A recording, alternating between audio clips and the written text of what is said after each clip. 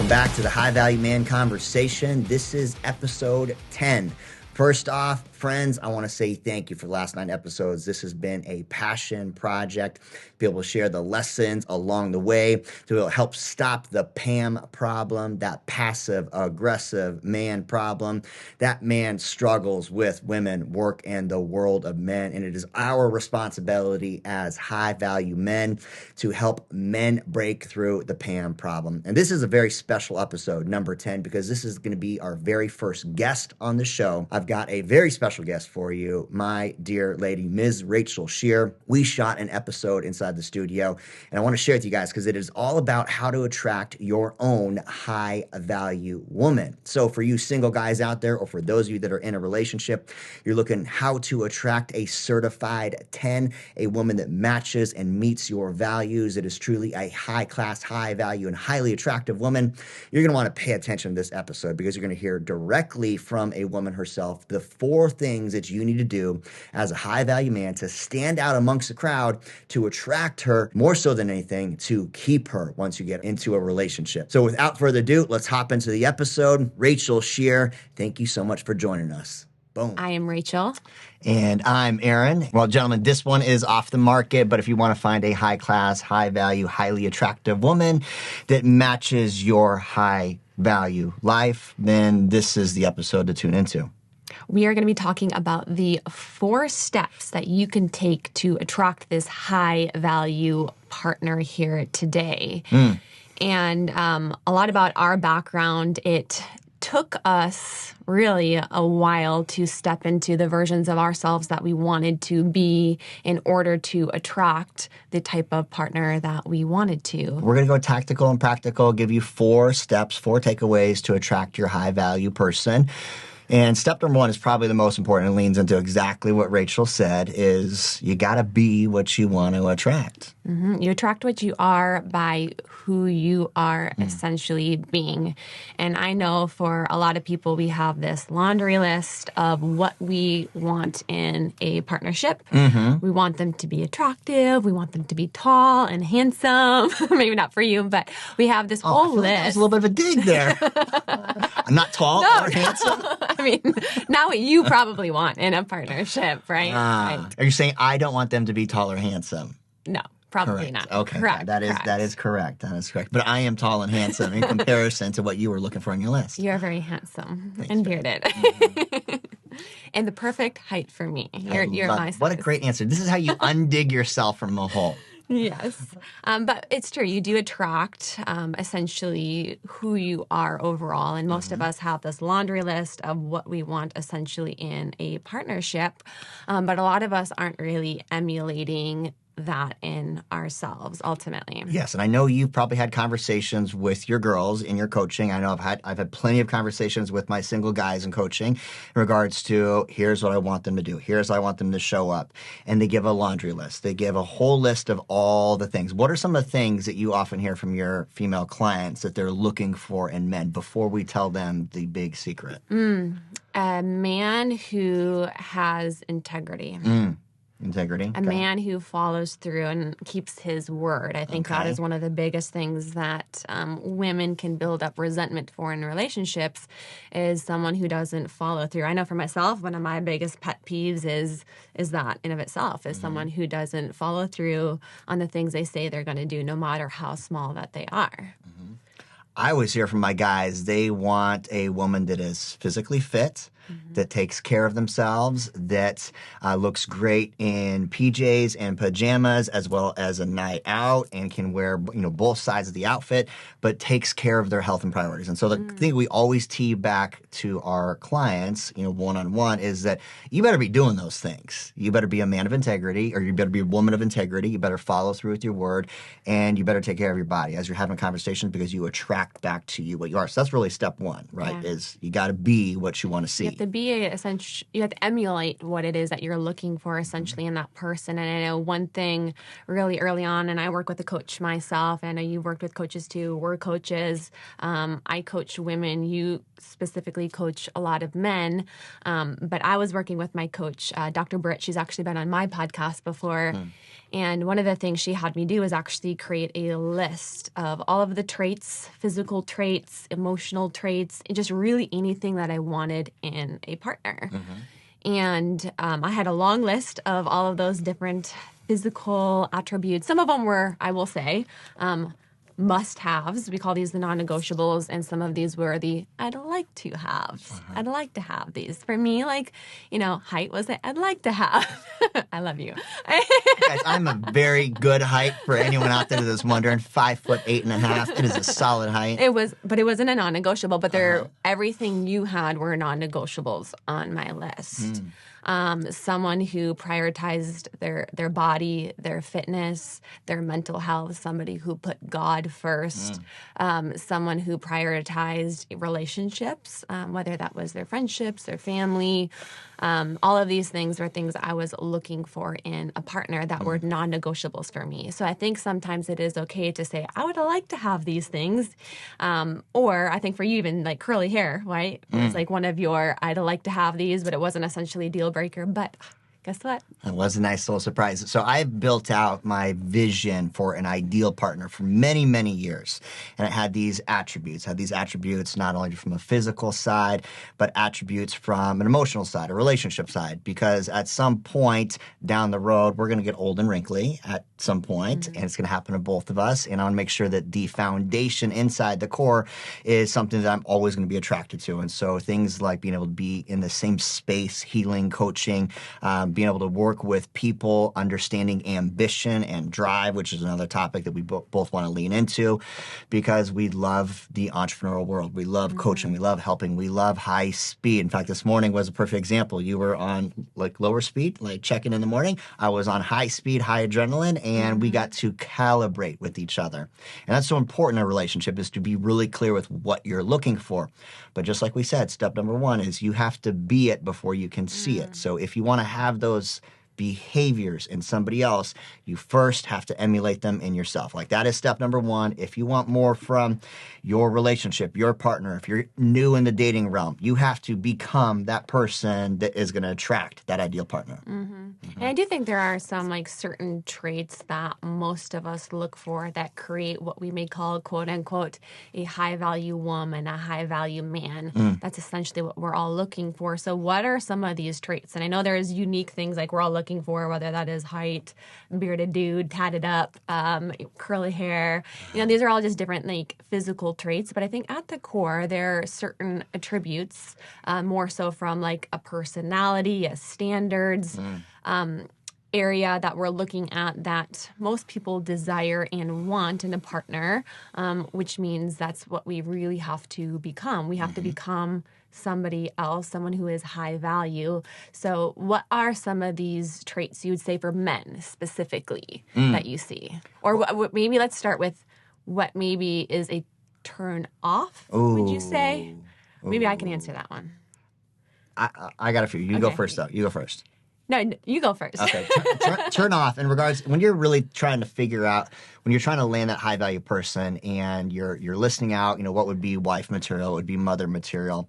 The turn offs are anything that are part of those non-traditional values. So if someone is spending their nights and their weekends partying and drinking, is not prioritizing their health, and has toxic friends, like right off the bat, like that is going to be red flag city. You can tell so much about a person with how they invest their time on the weekends. And so if you're spending your nights, your weekends, you're still in the bar, the club scene, if you're staying out late, you don't have a regular routine, you're not working towards something, or you're spending time around, for lack of a better word, losers, years, then, high likelihood is like that's going to be the direction for your future. That'll be, something that I would avoid. Like I've definitely been in those relationships before where the priority was in partying, drinking, enjoying yourself a little bit too much.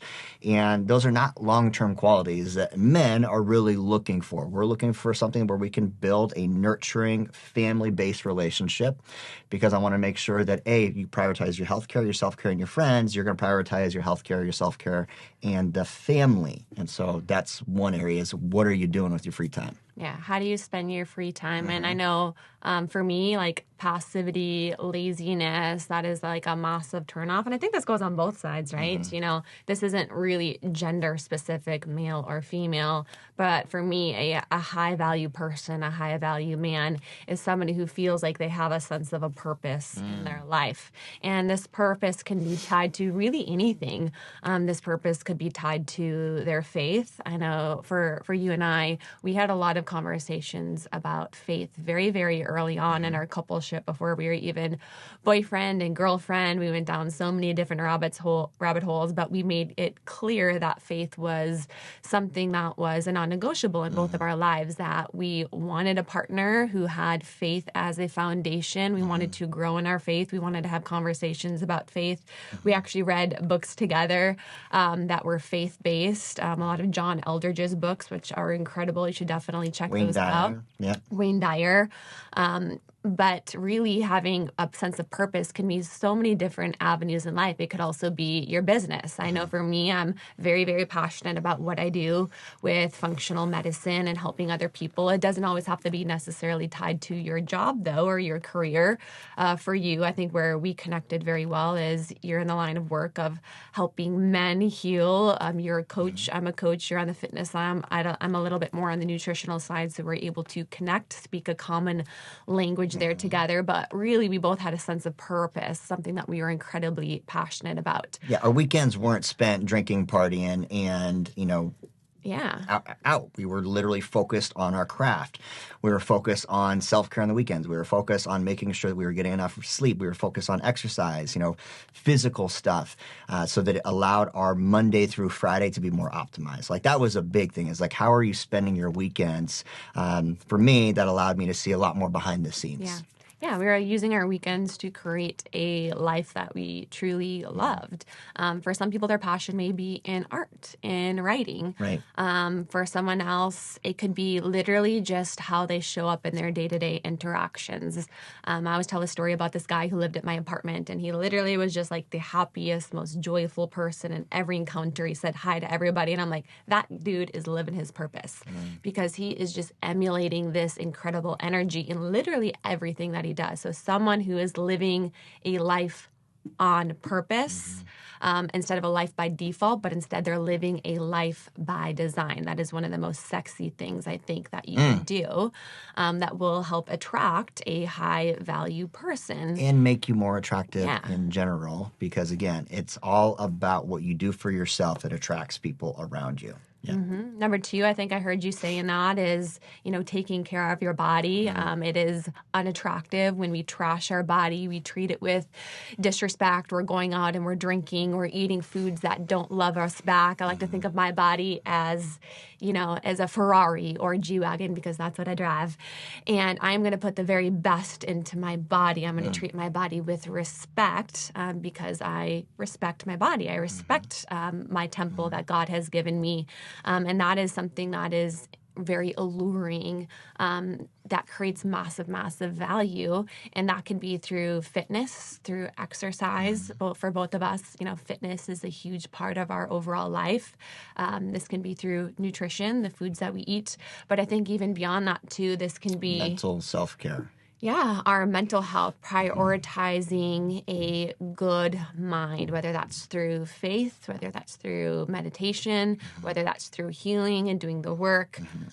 We spoke about on our very first episode that we did about how in our relationship we've been able to really create massive closeness through the healing and the conversations that we've been able to have. We both come from trauma we both come from, Who tough doesn't upbringings. Yeah. but who doesn't come from trauma? The truth of the matter is when you're looking for that high value person, one of the characteristics that doesn't show up on a dating resume, that doesn't show up on their social media, is how much work they've done. Like, we don't often lead with that type of conversation. I've gotten a resume before from a guy.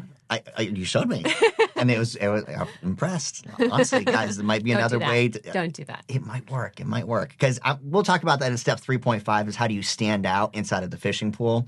Because at the end of the day, you have to be relatively creative, and so you need to leverage as many opportunities as possible. And I got to say, of all the ways that I'm sure you've been hit on, that's going to be one of the most memorable, right? Other than me, because it clearly worked. But didn't work though. But it was very memorable. I have to say that. So yeah, we'll come back to that. But when it comes down to the qualities that I think men really need to look for, because it becomes a reflection of themselves, again, is the amount of work your person has done, the amount of work that they have done in regards to solving their habits, their behaviors, their actions, and really understanding their trauma and triggers. Because inside of a romantic relationship, the thing that's going to happen more so than anything, other than the mind-blowing sex, other than the awesome vacations, other than the family spent together, is you're going to trigger the shit out of each other. Oh, yeah. You're going to trigger each other on purpose. And not doing it on purpose. Unconsciously, yeah. It's going to happen on purpose because you're in a partnership, in a coupleship. The closest person to you, so. Absolutely. Like you triggered me this morning. I triggered myself this morning. We can trigger ourselves, and our person will trigger us. But I think that's the beauty of it. Yes, and so you need to know that the person you're going into war and battle with on a regular basis, and a loving relationship with, has done a decent amount of work so they can own their side of the street. So you can have a good foundational conversation with, you know what? You're right. Thank you for the feedback. Thank you for the understanding. I see this. Here's my perception. And you can do your work before it turns into another cascade of emotions. That's something that people don't often talk about, but I say is highly sexy, very attractive. You can talk to someone early on their dating and like, oh yeah, I've gone to therapy, I've got a coach, I've done this type of work, I've done this type of immersive experiences. Guys, hint, hint, project. Like, if you're willing to lean into something hard and difficult and have meaningful conversations, you're going to get so much more ahead in an emotional conversation finding a high value person, because you can actually hold conversation. And I think that's probably been the sexiest trait between both of us, is we can talk and we enjoy speaking to each other. Most definitely. And beyond even just like my charming and beautiful good looks, what would you say, like, mentally, though, was like the most alluring early on in our coupleship, where it was like, this person really prioritizes their, beyond just their physical health? Because you can look at my social media and you can be like, this girl's into fitness. This girl eats good food. She's a nutritionist. But what really showed that I was doing the work early on in the coupleship, or when we were dating, I should say. Not even a coupleship. You had very healthy boundaries, like good boundaries in the beginning. I had good boundaries too. It was very respectful of each other. I think that we both have dated enough of the kind of maybe lower tier where you rush into physicality or you rush into something faster than you need to. And because it was long distance, we both had to be very intentional. We were both running at high speed, working 60 hours a week, building businesses and companies, having an impact with our lives, that neither one of us were going to waste time on something casual or passing. And so it was very intentional. And in that intentionality, we set boundaries for both of us. Here's what good looks like. And you showed up with the boundaries for you. I showed up with the boundaries for me, and we were able to have great conversation between those boundaries. And I think putting the physicality to the side in the beginning allowed for there to be a deepening emotional capacity. Yeah, and I'll even tell you guys a little bit of a story, but Erin kissed me on our third date. We had a whole argument about this yesterday of when it was. It was the third date, but it was right after that I actually did something very vulnerable, and I sent him this text, and I said, hey, I just want to let you know I'm not really looking for anything, physical right now. I'm looking for something a lot deeper, more emotional, and I set that boundary very, very early on in that relationship, once I had like a sense that it could evolve into something. And not that there's right or wrong, right? Like if you're somebody who wants to get physical and you feel that level of connection with a person early on, like by all means go for it. There's no level of judgment with it. But I think part of having clear boundaries is letting your no mean no, and letting your yes mean yes, and not being in this wishy-washy area. There's nothing more of a turnoff than when, let's say, women, because this happens, I think, more often with women. A woman does sleep with a guy, and then after she immediately goes into a place of guilt and then projects that onto the guy and is like, man, I shouldn't have done that. The guy's going to be massively turned off after that. Versus, let's just say it were to happen. And she said, you know what? I had such a fun time last night. That was so much fun. I really, really enjoyed it. But hey, let's just slow down a little bit and let's get to know each other. That would be a turn on. That would be like, hey, I'm owning it. I own what happened. But let's slow down a little bit. And then setting a new boundary after that versus being in this like wishy-washy area of like, oh my God, that shouldn't have happened, and having this like guilt and this uneasiness and this insecurity, about it. So it's not the what necessarily, I think. I mean, if you want to go for it early on, go for it. If you want to hold off, if you want to set that boundary, it is letting your yes mean yes and your no mean no. Yes. And I'll speak to both on my side in this. If the lady's given up too early on, she's probably done that before, gentlemen. And this might be something to pay attention to in regards to the type of partner you're bringing into your relationship. And so, you being the gentleman and setting that appropriate boundary, it creates so much more respect, not only on both sides of it, but really respects yourself at the end of the day. Remember, you attract to you what you are. And so if you deny yourself that impulse to want to push it forward and to get too physical too soon before you've actually done the work and deepen the relationship, you're going to have a better foundation, better relationship, better dating across the board.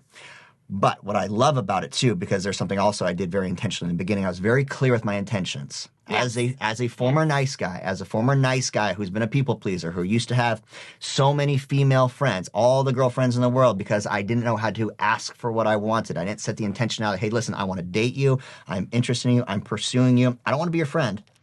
I'm interested in dating you. I was very clear about that in the beginning. I said, I'm interested in dating you, pursuing you.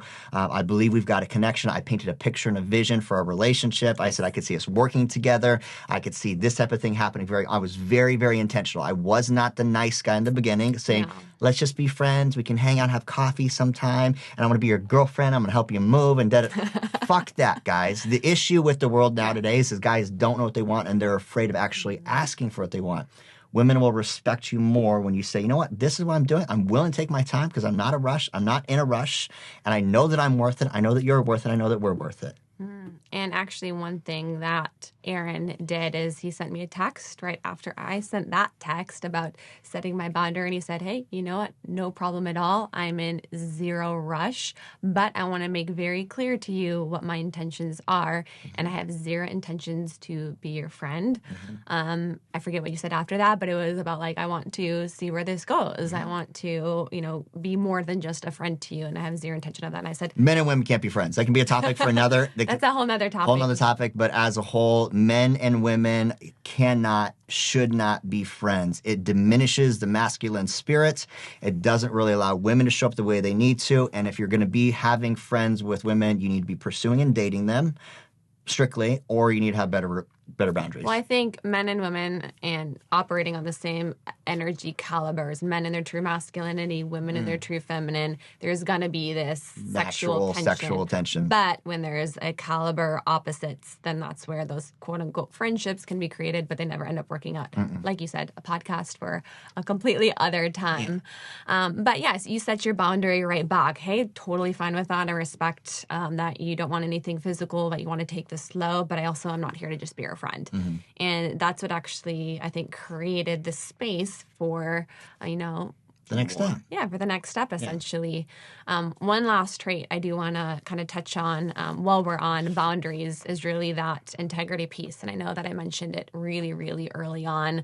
But I love sharing a story, actually, about you early on in our coupleship, about how you maintained integrity. Because it's really easy, especially for someone we're dating, to break integrity even to other areas in our life, right? To try to people please, nice guy, like what you've said, for our person. So let's say we have events planned with our friends, work commitments, whatever it may be. And we are so excited about this new person and we want to drop everything, right? And then just focus on this person. That is a turnoff. That is a massive turnoff. And Erin was actually visiting me since we were long distance. And I wanted him to stay an extra night in Dallas, but he had work commitments the very next day. And us women, we can be incredibly persuasive. And I was like, come on, just stay one more night. It'd be so much fun. It was a super quick trip. He was here for just like one day, but it was the only time that we were going to be able to see each other that month. So we made it happen. But I'm trying to convince him to stay. And he looked at me and he just said, I would love to stay, but I have commitments with work and I really need to get back to my work. And in that moment, that was a mental note that I made of, this guy has integrity and he follows through on his commitments, even though it wasn't even towards me necessarily. And I even think in the process, if you would have actually said, okay, I'm going to not do my work tomorrow and I'm going to just stay here. Of course, we would have had an awesome time. We would have had great sex. It would have been amazing. But there would have been this little piece of going, that was easy. Where else do you break promises? That was easy. You know, where else does he break promises? Because he did that easily. So that integrity piece, even outside of the coupleship, you know, maintaining that integrity. This could be, you know, keeping up with your morning routine. This could be still getting in your workouts, still following through on your nutrition that you say you're going to do. I know how easy it is in coupleships, especially since I'm a nutritionist and I hear about this all the time. My partner's sabotaging me. She keeps chocolate in the fridge. But the sexiest thing ever is when, you know, your partner can say, hey, you know what, like, I definitely want to go on date night with you, but it's really important to me that I stick with my eating program and I eat healthy. And then you stick with that. That person's respect for you is going to go up tenfold because you kept that commitment with yourself. So integrity is one of the sexiest things I think that people can have, along with a lot of the other traits that we talked about, but it's following through on the things that you say you're going to do when you say that you're going to do that. And that's what a lot of us have issues with, trust, right? At the core, most people in relationships have trust issues. Everyone has trust issues. And the best way to build that really, really early on is following through on the itty-bitty little things, even the commitments that you make with yourself overall. Our good friend, Bedros Keuilian, has it on the wall. And it is really how you do anything is how you do everything. Like, that is foundational. How you do anything is how you do everything. You can't expect your partner to have integrity, to be honorable, to be loyal, to be loving, to be all those things if you're not doing it yourself. You got to treat yourself first and foremost as your number one relationship. So be an example of what you are searching for, what you want in a partner. And then you're really actually not searching. You are attracting that into your life. I attracted you into my life. You slid into my DMs because I was such a high-value woman. High-value woman. All right. So we've got step one is you got to be what you want to see. Yes. You got to be what you want to see. Foundational. And we went over the qualities from your perspective of good traits of a high-value man. And woman. Devilishly handsome, bearded, tattooed, man of integrity, good, healthy boundaries, being very clear, decisive, knowing what you want. Of course, all the traits that you exhibit, taking care of your fitness, prioritizing your relationships, making sure that you're investing not only just your physical self-care, but your mental self-care. What I love probably one of the most about you is you're nurturing, you're loving, and you really want to help people heal. Like that is so attractive. When I see how much I get from my relationships and coaching, I know you get the exact same thing from your relationships and coaching. The vision is just like, let's do it together. Yeah. And I think a great place to start, which brings us into step 2 on this piece, which is getting clarity. Getting clarity on essentially what you need to become, what it is that you want.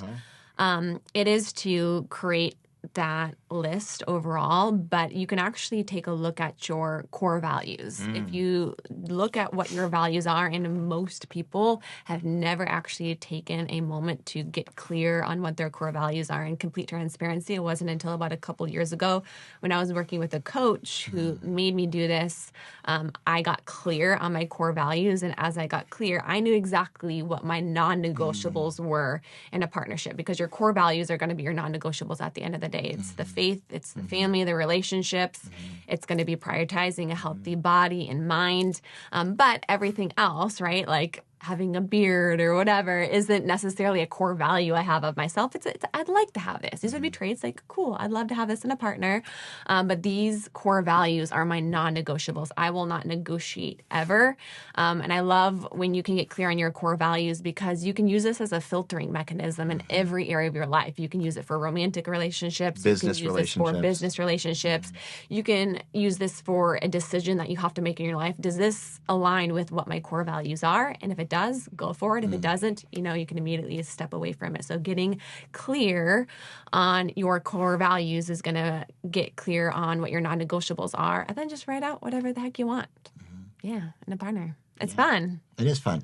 So Rachel just moved in from Dallas, made the trip, the commitment across country. We're now living together here in Southern California.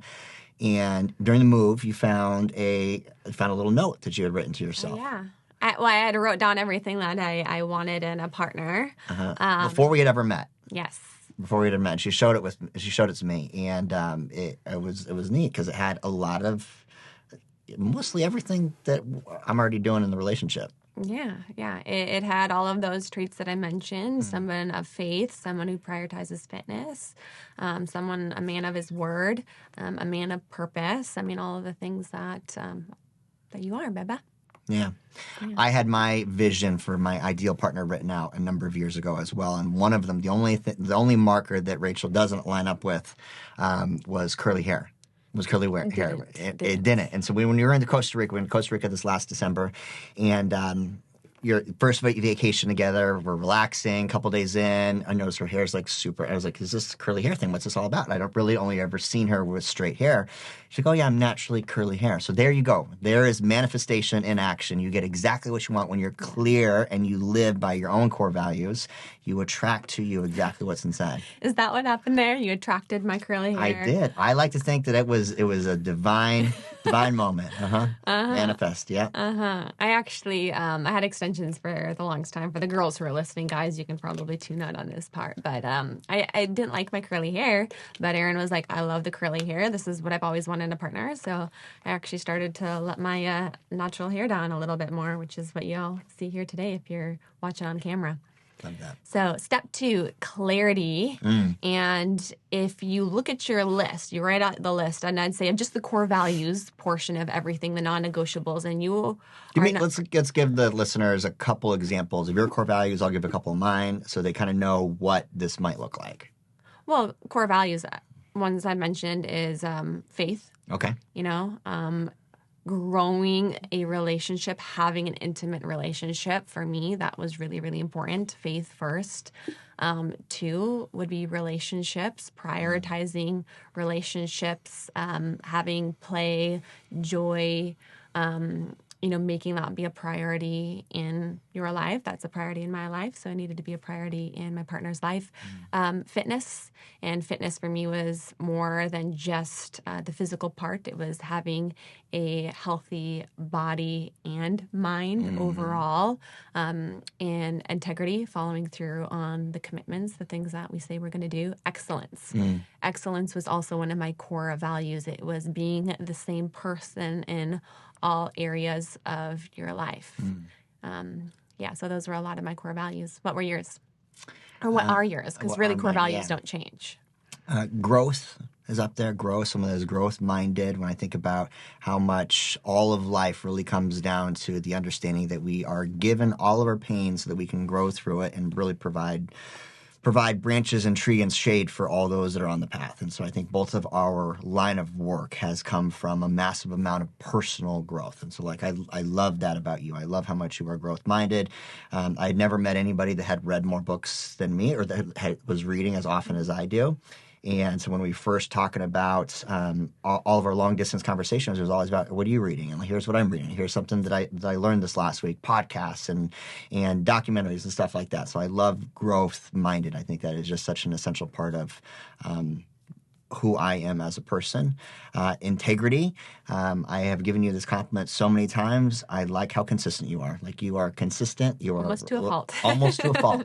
Reliable. Yeah. And for someone that dealt with a lot of inconsistencies growing up, I love that I can expect you have a certain pattern. And I love your pattern. I love that there is a level of consistency, integrity, predictability that I didn't have before that allows safety. Like that is something I didn't know that I needed until I really got into this relationship, but it was really important. And love.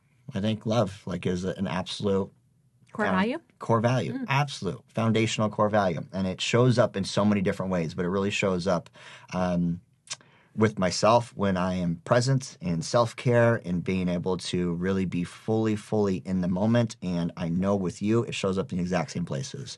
Whereas to being fully present, dialed in, whatever flow state is created. But yeah, love is absolutely one of my core values. Beautiful.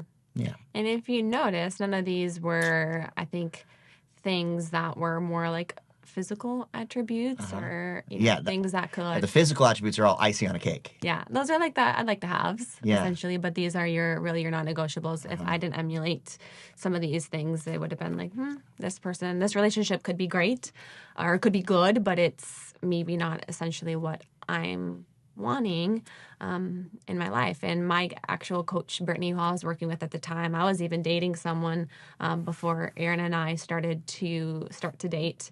And there was really nothing wrong, I should say, in that relationship. But I remember Brittany really having this conversation with me where he didn't fit 100% of like what my non-negotiables were, but he fit most of them. And really, it was a tough decision because most of us kind of walk away from relationships when there's something that like shit hits the wall. There's things that are blatantly wrong, but there was really nothing essentially wrong. And it was really, really early on in dating where everything was going fine. It was fun. But she said to me, you know what, Rachel, I think there are people that you meet where you could have an okay marriage. There are people you meet and then could get married to that you could have a good marriage. And then there are people that you meet and get married to that you will have a great marriage. And that is going to be a much smaller circle, essentially. She goes, but Rachel, what you've told me is you want great. You don't want just good. So it was one of the hardest decisions ever. But I chose to cut that off. And guess what? Soon after that, Erin and I actually started to date. And here we are today. And I didn't settle for good. I wanted great. Yeah. Great, even though I'm only 5'8". That should be such a good rhyme. Yeah, that should be such a good reminder. Though, all you guys that think it's just about the physical, it really isn't. If you do the inner self work, you're going to be so damn attractive. You're not going to be able to keep them away with a stick. Babe, you are very physically attractive. I know. Thank you. Which actually brings us to step 3. Step 3. And that is make sure you are swimming in the right pond, which actually Brittany said to me because I was like, well, Brittany, you know what? There is nobody out there that has all 100% of these things. There's no one in Southern California that meets all the characteristics and qualities that I'm looking for. No one in Texas. And she said to me, Rachel, I think you need to start swimming in a new pond. And I was like, where the frick is this pond at? How do I get in this pond? And it was so interesting because it was actually like right in front of me for a while. Like I already knew a lot about you, but I wasn't as open and I wasn't at the place that I needed to be essentially in my life. But sometimes we've been swimming in the wrong pond and we need to start getting into a new pond and take a look at your circle, the people that you're surrounding yourself with. If you're trying to meet the person in a bar, you know, getting drunk, doing things like that, maybe not going to be the place that's going to have your core values. Yeah, I would even say that so much so that even on some social media swiping, like that you're probably you're going to have a hard time with the constant comparison. That there are more engaging ways that you could meet the person that has the qualities you're looking for. So where do we find these high value people? Well, you got to elevate your value. So I think you really need to start doing the things that you want your high value person, your high value relationship to look like. Get into the masterminds, get into the groups, do the immersive experiences. Go to the gym. You know, obviously the gym's a great one, but I mean, go and start. Hunting ground there. Yeah, it is. Yeah. But fit people. Compete, right? You can do competitions. You can run in races. You can do marathons, half marathons, Spartan races. And we're leaning heavily into physicality because I really believe that physicality is a foundation for a healthy relationships. Church is a community. I know a lot of couples who've actually met through church, maybe one modality. But yeah, getting in the rooms that are emulating those core values, whether it's going to be growth, whether it's going to be fitness. If you're interested in books, maybe it's a book club even or something like that. Yeah. Yeah, or start your own.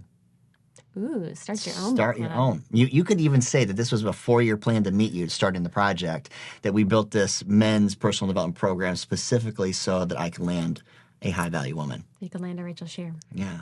Could very well be. So Yeah. start swimming in other ponds. Make a list of some other different ways based off of your core values and different groups you can get involved with. And guess what you're going to do in the process is you are going to Level up. create a life that is also that much more alluring too. This person's now involved in the gym. They're involved in these fitness classes. They're doing a marathon. They're in these masterminds. They're doing all of these things. And now you have this incredible adventurous life, which guess what? Is going to be very attractive. I share this analogy, this metaphor for my guys that are looking for the perfect relationship, and I always compare it to baking because I don't know a better comparison for it, but it's the saying is build your cake first. Build your cake first. And the cake is a foundation for your life. So you think about as a man, we have to have 3 layers of the cake first and foremost before you ever want to put icing on the cake. And so a good cake as a man, just as Rachel is saying, once you get into these rooms, has 3 things. One, it has your purpose figured out. That's the foundation. A man that has his purpose figured out is got a really good cake. Purpose is attractive, you said. Above the purpose is play. What makes the dude come alive, excited, feel fully present, where he connects with the curiosity that he had when he was a kid? How can he light up a room? So you got to figure out what makes you smile as an adult. And then number 3 piece of that cake is your priorities. You have to have your priorities dialed in. Those 3 pieces of the P inside the cake build a solid cake. And then when you meet a lady, that's the icing on the cake. That's the icing on the cake. But as a man, you have to figure out your purpose, what makes you come alive, your play, and your priorities first and foremost. If you're spending all of your time working for somebody else and not actually building your purpose or your play, you're going to be sucked dry. You're not going to have the energy to meet a beautiful woman. And so you have to build that first. Put yourself in the rooms. I love that. But once you're in those rooms, I want to talk about step 3.5 because I know there's only 4 steps in this. Yes, we created a 3.5 here This yesterday. I thought was really important. Yeah. Which is how to stand out and how to go about the approach. I'm going to let you take this one because men are all about the approach, so I think you can speak to this one much better than I can. However, I will say women purposely place themselves to attract. So women have to do work as well. Okay. But it is the guy who's really doing the approach overall. So how do we do that? How do you do the approach? Well, you got to stand out. So I always like to look at nature as having all of the rules for life. And if you look at the peacock is one of the best examples of using his feathers to attract a beautiful mate. And men have to do a lot of the same thing, especially in a highly competitive space. And so once you've got the foundation laid out, you've gone to the gym, you've built your body, you're showing off your physical meat suit as being dialed in, you're mastering your integrity by tracking your nutrition and your macros, you've got a good solid mindset, you're physically strong, you got a piece of it. Now you need to stand out amongst the other dudes. And so, which you already are by just doing that, which is why women will see a guy across the room and be like, he works out. He works out. Yeah. He takes care of his body. And that says so much more than just he's physically attractive in that moment. Okay, right. What, let's lean on that just for a second. So you're standing out, you're in the right pools, you're physically attractive. What is being physically attractive and strong? What does that really say about a man? I think a fit body overall says far more than just the physical attraction part of it all. It really says I'm someone who is disciplined. I'm someone who's going to follow through on my commitments. They've had to eat healthy foods even when they haven't felt like it. They've had to get up early in the morning to get in the workouts even when they haven't felt like it. So it is someone who is of their word, of integrity and discipline. That's what a fit body says. And that shows up inside of all the core values that you're looking for as a woman when choosing a partner. Yeah, so they not only look good standing next to you, they're also meeting a lot of those core values in regards to this person's going to be a man of his word inside the relationship and make sure that he follows through. Yeah. At least at first glance, that's what it says by having. And there's obviously the narcissists that are super jacked and Okay, so physically fit, you're standing out, you're physically fit, but it's like you're in a room full of physically fit guys, and everyone's jacked and lean. Where is this room? At the gym. The project. The project. Yeah. Okay. And so you got a whole bunch of physically fit dudes, right? But how do you stand out above and beyond that? And this is where we live in such a unique time with social media. And I think this is why I want to lean into the use of your platform. If you have a voice, if you have a platform, if you have a story, you get to share so much of that now like we didn't previously get to share back in the day. And so I think leveraging your platform for good and making sure that your words, your actions, and your integrity are all in alignment. You know, if you are a man... How do you do that? Yeah, how do you do that? I think you speak about what is on your heart. You don't hide behind your story. You don't hide behind your platform. There needs to be more people. I think there needs to be more people out there that are honestly open and honest, talking about their trauma, their pain, what they've gone through, the path that they've walked on, and helping other people get in the same space. So that's a great avenue for people who are on social media, right? And which is the majority of how most of us are attracting people these days because of technology, and especially after COVID, is we're either on the dating apps or we're just using our Instagram, Facebook profiles overall. But let's just say for those weirdos who are not on any social media. No, actually, I seriously envy those people sometimes. If it wasn't for my business, now that I'm no longer dating at all, I would probably just completely get rid of my social media. But for those people who aren't on social media, how do you stand out? Let's say you are in physically, like you said, the room of fit people. How do you stand out? New approach. I'd say confidence. And that could go hand in hand. There is nothing more of a turnoff than somebody who is maybe incredibly physically fit. And I think women, we can all speak to this. The guy, you're like, ooh, he's super hot. He's attractive. And he walks up to you and he's just super shy, hunched over, doesn't have any kind of confidence in himself. And right off the bat, you're like, maybe not. Or vice versa. And this is how maybe you're not the most quote unquote like attractive person. And I do believe like everyone has their own taste with it all. But there are certain levels of things that make someone more attractive. Being physically fit, taking care of your body is going to make anybody attractive overall. But let's just say that is not, I don't know. I don't want to say anything without being rude, but like your area, you can still stand out because I know so many men who maybe weren't like a 10 out of 10 or even an 8 out of 10 based off of just like the physical level, but they radiated this confidence in who they were and they got the girl. And they got the girl. Confidence. So they had an approach. They didn't hide.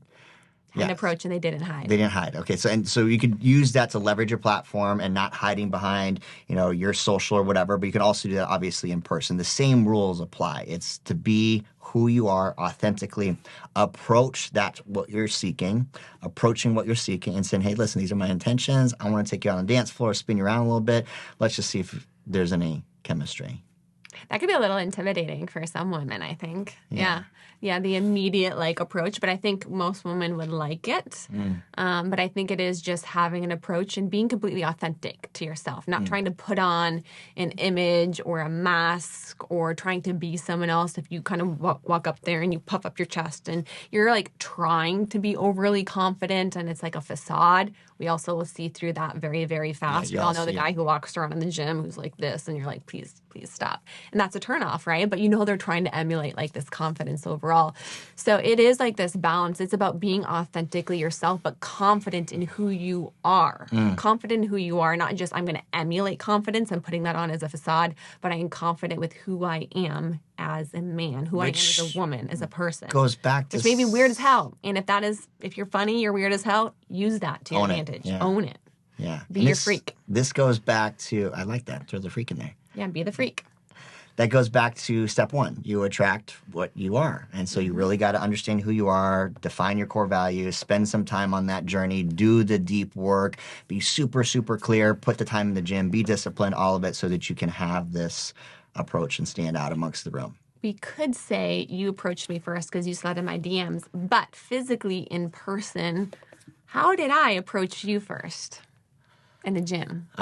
She did. She made one of the first confident, moves. But myself as the weirdo dork. That I am. Total dork. Yeah. So if you follow Rachel Scheer on her social channels, beautiful fitness model, highly attractive, can be intimidating. We've heard this before. People say, oh my God, you're intimidating. You're so beautiful. When I first met her, first time meeting her was in the gym over in Chino Hills, and she came up to me, tapped me on the shoulder right in the middle of a workout. And there's a certain level of gym etiquette when you're working out. Like you go in, you give the head nod, you say hi to everybody, and you like do your thing in the gym, especially when you're going in to do the work. She comes up, taps me on the shoulder, and turns around, and she's like, I did something like the project. And I was like, oh, did you? I was like, that's cute. You did it kind of like a little bouncy, like, hey, yeah, and she's like, I did something about the project. Yeah, and she was just had this open, honest, like super dorky kind of, I was like, oh, I see what's going on here. I was like, you're actually a giant nerd underneath this beautiful physique. And that was really when I became really curious about who you were. Yeah. So, and I think, you know, men are typically more forward to approaching, but honestly, in that moment, I wasn't approaching you to try to start anything, to slide into DMs. You know, that usually is most men's attention, but I literally was just being authentically myself, walking up, starting a conversation with this person. Hey, you know what? I did something like the project. Let me tell you a little bit more about it too. So I think it is at the core just being confident in who you are and being your authentic self, and just leaving it at that. Boom. But then that brings us to Step 4. How do we keep this as a couple? How do we keep growing as a couple? Okay, so you have followed step 1 through 3 on how to attract your high-value person. You are becoming what you want to see in the world.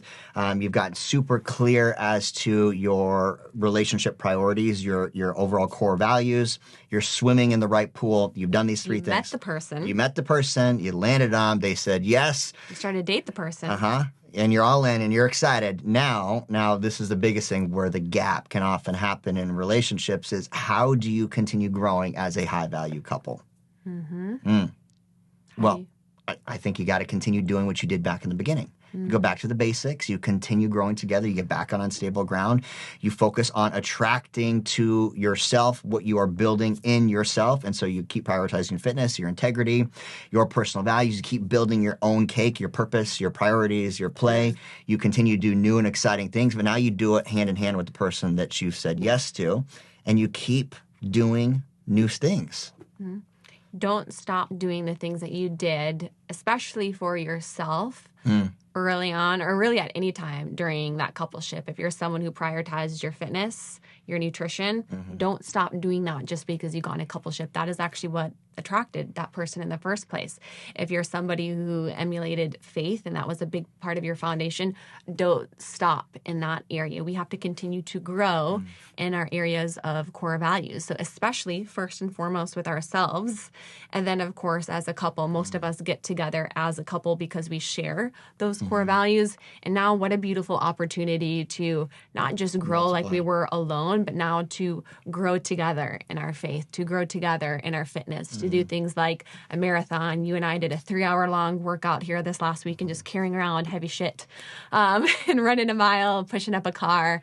And we felt closer so much after that. So it's doing the things that were already values in your life to begin with individually, which likely is what brought you guys together, and then continuing to do those things far after. Not as easy as you think it is, but definitely doable. And it takes having continuous conversations like these. And if you haven't listened to our first podcast that we did on how to narrow the gap, and you want to hear a little bit more extensively about how you can continue to grow with your partner, I would definitely recommend checking out that one.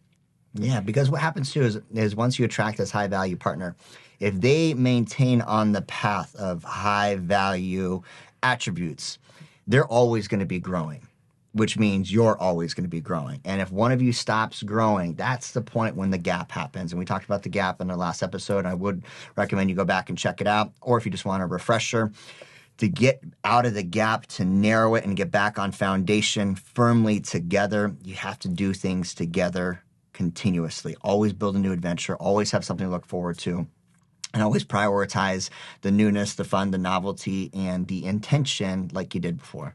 And sometimes it is our job to take care of ourselves, right, too. So when we are continuously growing, we hope that it allures our partner to want to level up too. But yes, there are different situations where maybe the person, builds up resentment and falls behind.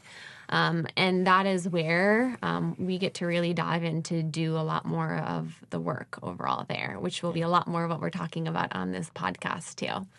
Yeah. But first, I think it's owning your own role in the relationship. So 4 steps, how to attract a high value partner. Step 1. Be what you want to see. Step 2, clarity. Clarity is power. Be clear on what you want, but more importantly, who you need to become in order to attract what it is that you want. Step 3, start swimming in the right pool. Step 3.5, know how to stand out, but more than anything, be authentically yourself and be confident in who you are. I love it. And step 4 is keep growing together. Keep growing together. Boom. If you guys enjoyed today's podcast, do us a favor, pay it forward, share this with a friend, give us a follow on Instagram, on Facebook, and if you want... Like, share, subscribe, all that stuff. Yes, and if you want more information about working with Erin and I, you can shoot us a DM or check out my website at rachelscheer.com. Thanks, guys. See you next time.